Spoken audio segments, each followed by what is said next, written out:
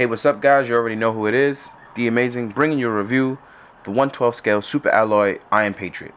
Now, we all know that we play Imaginative at Comic Cave Studios. My first outing with them, getting a shotgun, I was super excited for it, and it turned out to be an abysmal figure. Lighted up, it looked well, but it was like a tiny statue. It was useless to pay $170 for something that didn't work out well. I'm proudly here to say that they've stepped in the right direction with Iron Patriot, so let's get on with the figure. First up, just like the shotgun, the Iron Patriot lights up. So, yeah, let's make it light up. There is a switch in the back, which I'm going to cut on. Voila. And I'm going to make it rotate right back coming this way so that you'll see that he lights up. As you can see, his eyes have already started to glow. So the eyes in the chest actually glow, which is pretty cool. And just in case you can't see it, let's focus in a bit on that. Now, the only problem I have with the LED system is, and I'm going to take it off the stand actually so you guys can see. The only problem with the LED system, and for a 1/12 scale action figure, is that if you remove it a little too far from the torso, as you can see, the lights actually go off. Push it back down, lighting is back on. But this is something as an action figure collector and somebody who does toy photography, it can get a little tricky because you want to have the best mobility, but also have your LEDs on. So that's something that's very tricky now and then, and I want everybody who buys the figure to know you need to look out for that. Now, as far as articulation, this, like I said, it's actually a huge improvement from the shotgun. So I'm going to go ahead and show you guys what the articulation is like. I'm going to cut off the LEDs now so they don't get distracting. The shoulder pads are actually connected to the figure, but the arms themselves actually have a good amount of rotation. They have bicep swivel. Mine's a little gummy, so just be aware of the squeaking sound. But overall, it actually does have articulation. It has double jointed elbows.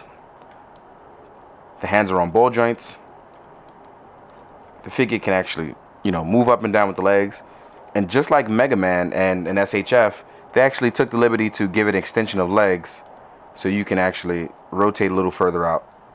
At the hip, there are joints here to not hinder the figure completely, so you don't have too much to worry about there.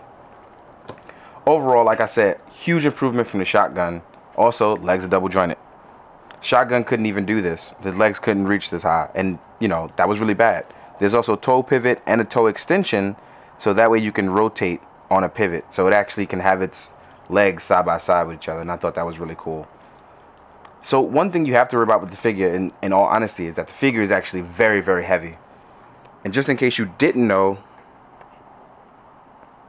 sorry about that, I just wanted to readjust. Just in case you didn't know, there is little to no ab crunch, simply because the LED is actually built into the figure from the waist to the torso. So you can't really get serious ab crunch as you would get with an SHF, just to let you guys know. Like I said, the figure is on, like I said, I got a gummy arm, so don't mind that. The figure's joints are on ball joints mostly, so you have to wear, it's like having an SHF that's made of die cast. So that's what you really want to look forward to. Speaking of which, I also have the SHF Iron Patriot.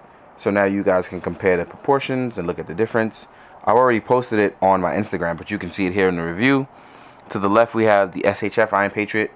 Does not light up. It's a little bit smaller, a little bit more well proportioned, but the Super Alloy line did do its very best to make sure it was as closely proportioned as possible to a human actually being in the suit, which I have to give them credit for. The shoulder-mounted laser actually can rotate at different points, so you can put it either a little lower down, you can heighten it up to the top. The gun rotates, pulls out, so you can actually have the gun certain ways. We're not going to get into that. One of the main things about this figure that I actually like a lot while I'm toying around with it, talking to you guys, is that it actually comes with battle damage parts, which I thought were really cool. And I'm going to break that down and show you guys what that's like real fast.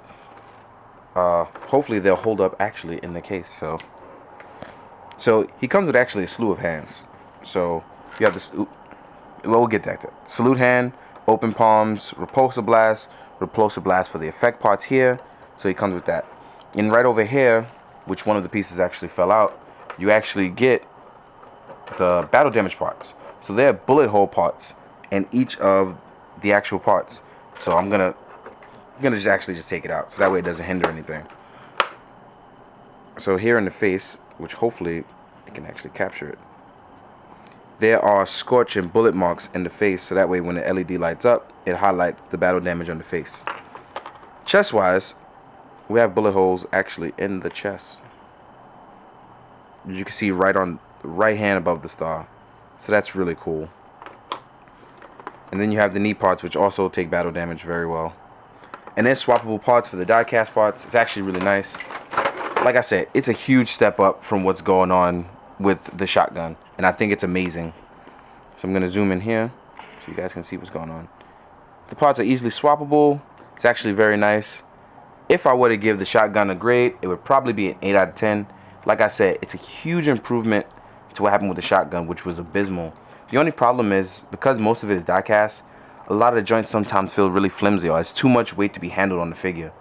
So it looked like it's always about to fall over, or as you can see, it actually did fall over, but I was holding it by the waist. The one problem is there's no ab crunch, and that's something I seriously want to achieve with my figure. And because there's no ab crunch and the LED is in the waist, it scares me because my lights will flicker just as easily as that. There's torso movement, but like I said, from the bottom up, if I move it a little too far, LED goes out. Either way, it's a huge improvement and figure is nice.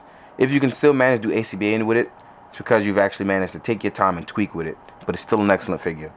Just wish it would have came out 2 years ago as promised. Then I wouldn't have to say the SHF is still better, in my opinion.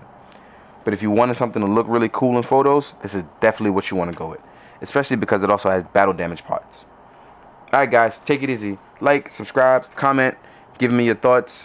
I actually like the figure. I actually plan to keep this one, unlike Shotgun. Next up is War Machine. I'm waiting on my SHF one to arrive, and we get to see it later. Thanks guys.